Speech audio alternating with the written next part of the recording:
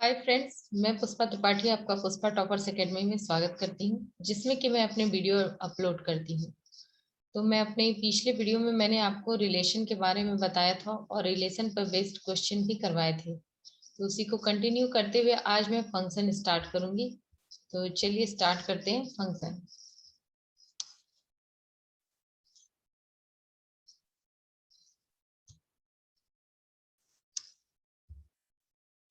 तो जैसा कि आप स्क्रीन पे देख रहे हैं कि फंक्शन क्या है। If a and b are two sets, then a function from a to b is a rule that assign to each element of A exactly one element of B।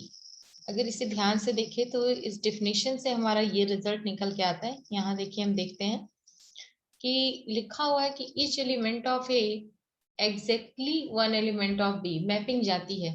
तो first हम इसे कैसे समझेंगे, सबसे पहला ये होना चाहिए कि every element of A is connected with some element in B। जैसा मैं इस फिगर से आपको समझा रही हूँ, एक ये है और यहाँ पे देख लीजिए। सॉरी, यहाँ पे अच्छे से नहीं बन पा रहा है, मैं यहाँ पे लेती हूँ।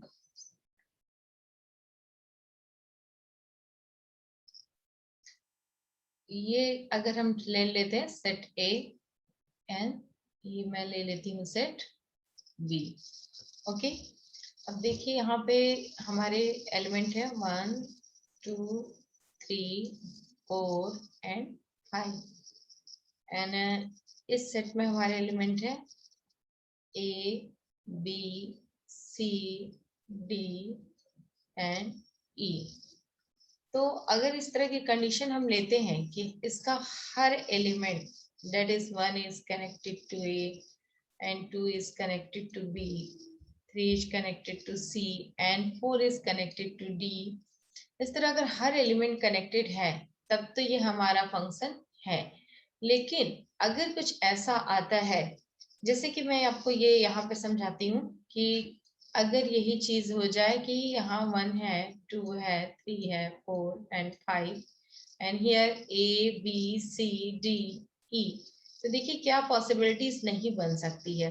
जैसे 1 हमारा ए से कनेक्ट हो गया और 2 हमारा ए से कनेक्ट हो गया, क्या ये फंक्शन होगा?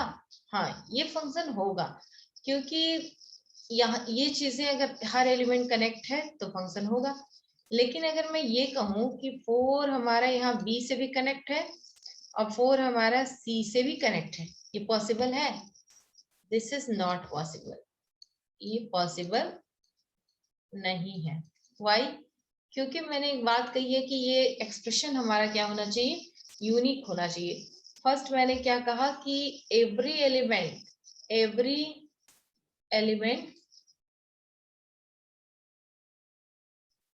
connected with some element in B।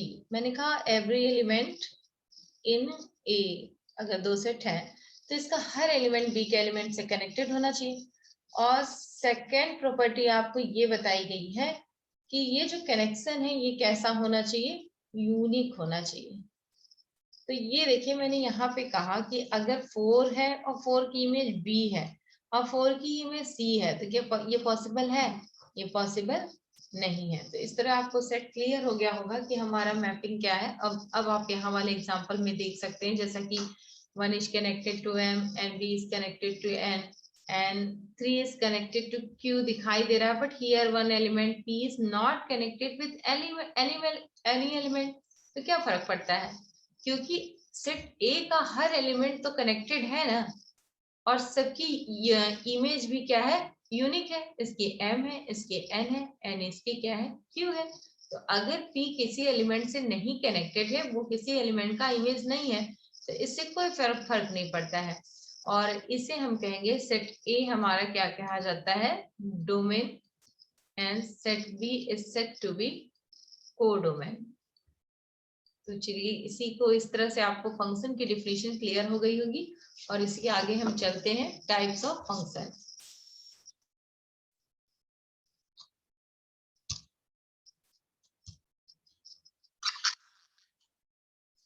अब देखिए हम पढ़ते हैं टाइप्स ऑफ फंक्शन। तो डिफरेंट टाइप्स ऑफ फंक्शन है हमारे। पहला है हमारा आइडेंटिटी फंक्शन, एंड सेकंड हमारा है कांस्टेंट फंक्शन, थर्ड है पॉलिनोमियल फंक्शन, यहाँ quadratic function, cubic function, rational function and modulus function. तो देखिए आइडेंटिटी फंक्शन हमारा फर्स्ट, इसको हम यहाँ एक्सप्लेन करेंगे।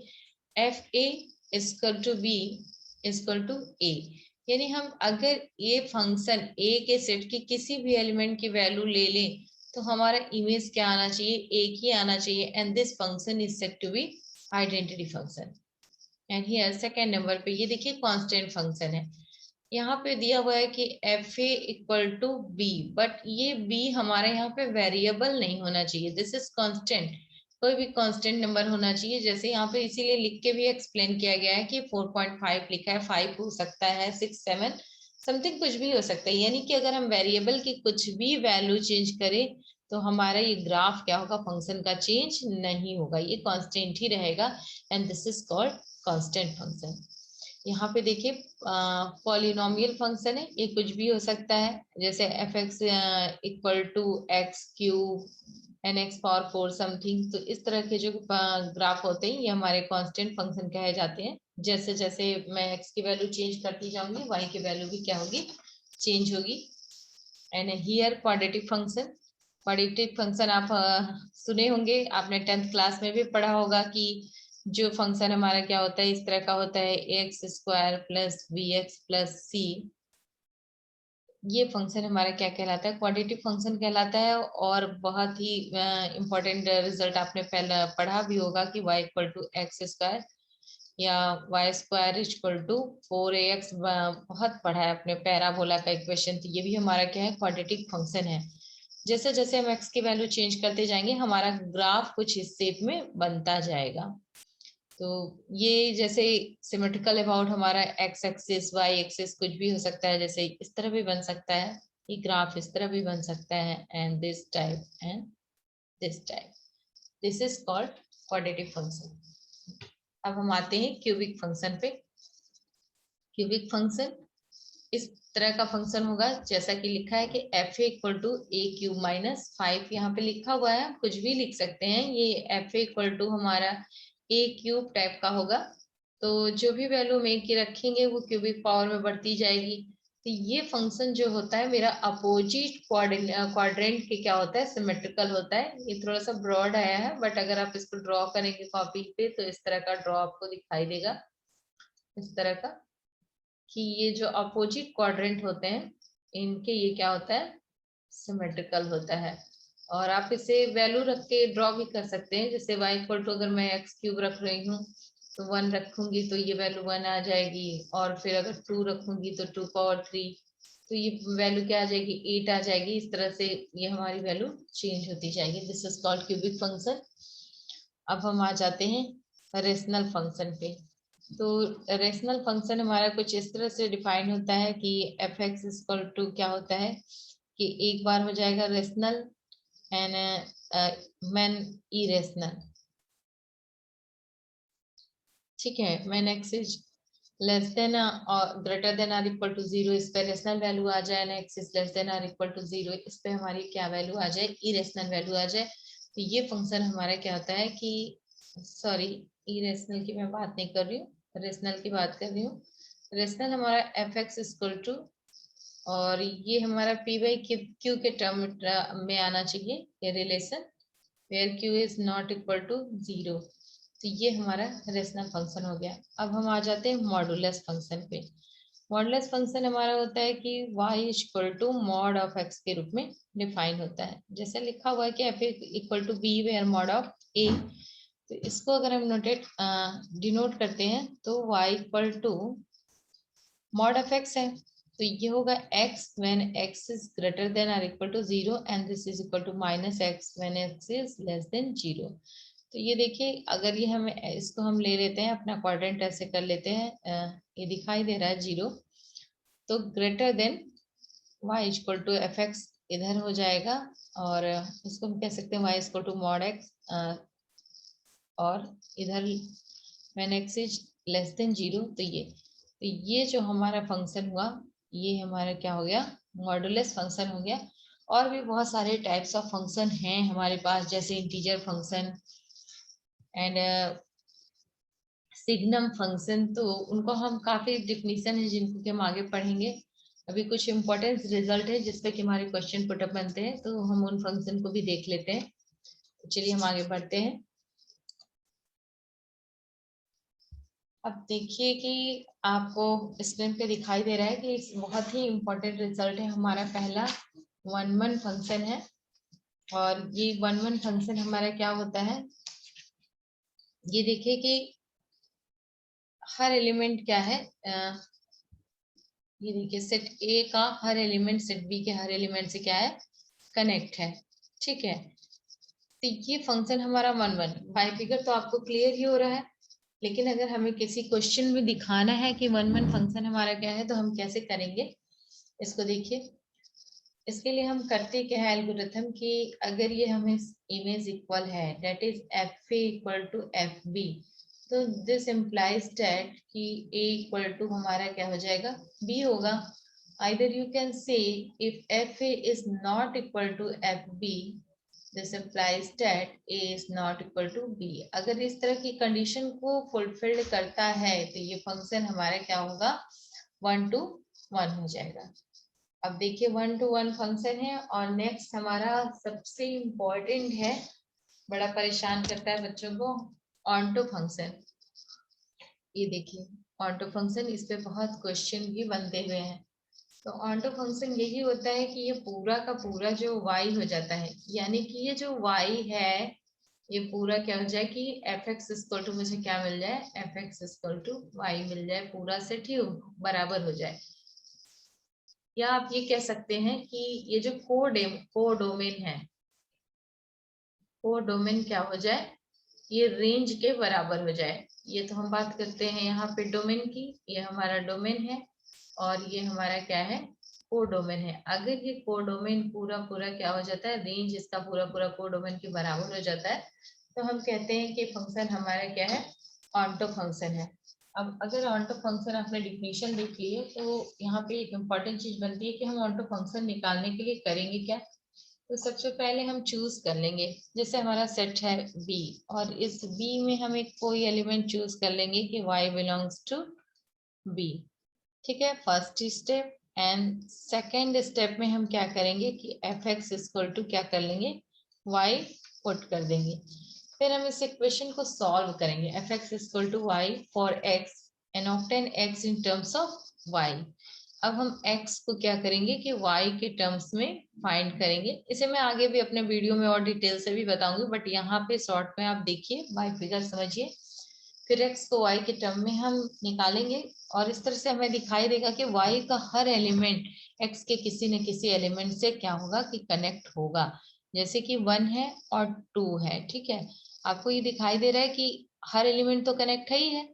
जैसे ए और बी दोनों 1 से कनेक्ट है और सी हमारा 2 से कनेक्ट है, यानी इसकी रेंज भी यही 1 2 है, और ये उसका कोडोमेन भी क्या है, 1 2 है। अगर ये इक्वल हो गया तो this function is onto function. और ऑन्टो फंक्शन को हम एक नाम और देते हैं, तो वो नाम आपने बहुत सुना होगा कि ऑन्टो फंक्शन को हम किस नाम से जानते हैं। तो ये हमारा सर्जिक्सन फंक्शन के नाम से जाना जाता है। अब देखिए कि वन वन आपने पढ़ लिया और ऑन्टो भी आपने पढ़ लिया। और अगर कोई फंक्शन ऐसा है जो हमारा क्या हो जाए, वन वन भी हो और ऑन्टो भी हो, यानी कि तब ये फंक्शन हमारा क्या कहलाता है, बाइजेक्शन। तब ये फंक्शन हमारा क्या कहलाता है, बाइजेक्शन फंक्शन कहलाता है। ओके, अब हम क्या करते हैं कि मैनी वन फंक्शन की बात करते हैं।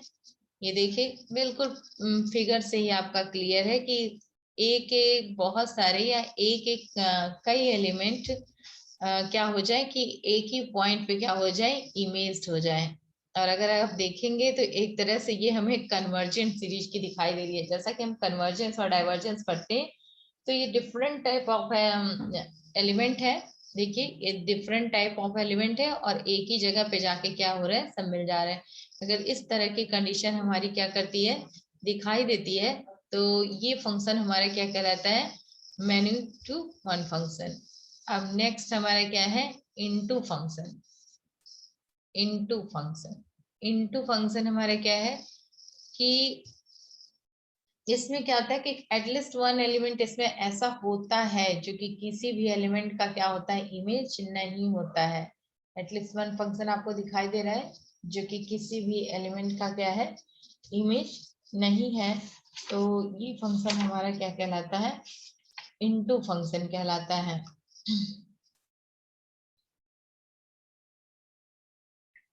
अब देखिए कि आगे हम देखते हैं।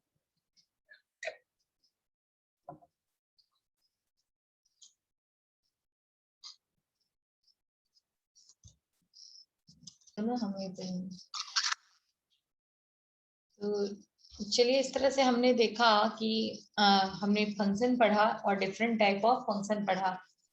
तो जितने भी इम्पोर्टेंट टाइम थे उतने मैंने आपको बता दिए हैं, और आज के लिए इतना ही। और फिर मैं अपने नेक्स्ट वीडियो में आगे आपको एक्सप्लेन करूंगी क्वेश्चन। Thanks for watching.